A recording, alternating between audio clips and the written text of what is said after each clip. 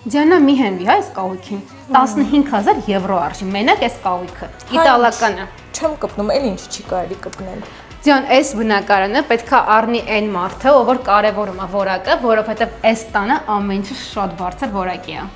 Ամբողջ տունը կառավարվում է smart համակարգով։ Այստեղ ունենք կուբիկ, որը պտտելու դեպքում անջատում միացնում է հյուրասենյակի լույսերը, պանորամային ապակիներ, տեսարան դեպի ձոր, Իմիջայլոց Պարոնյան փողոցում ենք, լավագույն նորակառույցներից մեկում։ Մարինա, համել արի ասենք, որ ոնց տեսնում են այս բնակարանը, այդպես վաճառվում է բացի մի բանից։ PlayStation-ից։ Այո։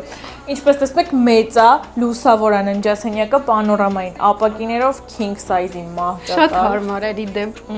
Ու ամենակարևորը իր առանձին սանհանգույց լոգա սենյակով,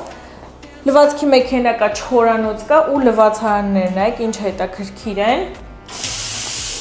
Ջրի նապորը ուժեղ է։ Դիան, ես ինձ սիրում տեսարան է, հիանում եմ։ Այս պատշկան բկարեն ամառ ձմեռ օգտագործեն գիտես խի, որովհետև էսի բացվում փակվում է։ Տեսարանն էլ դեպի Պարոնյան փողոց, այստեղից էլ երևում է եկեղեցին եւ ունենք մի հատ էլ արդեն փոքրիկ ննջասենյակ,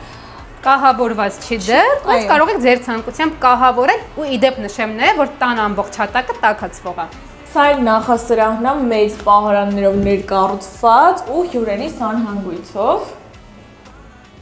Մարինա, եթե մենակ խոհանոցի կահույքը արժի 15000 եվրո, բայց տան գինը ինչքան է։ Որակից հասկացողները թող մեկնաբանություններում գրեն։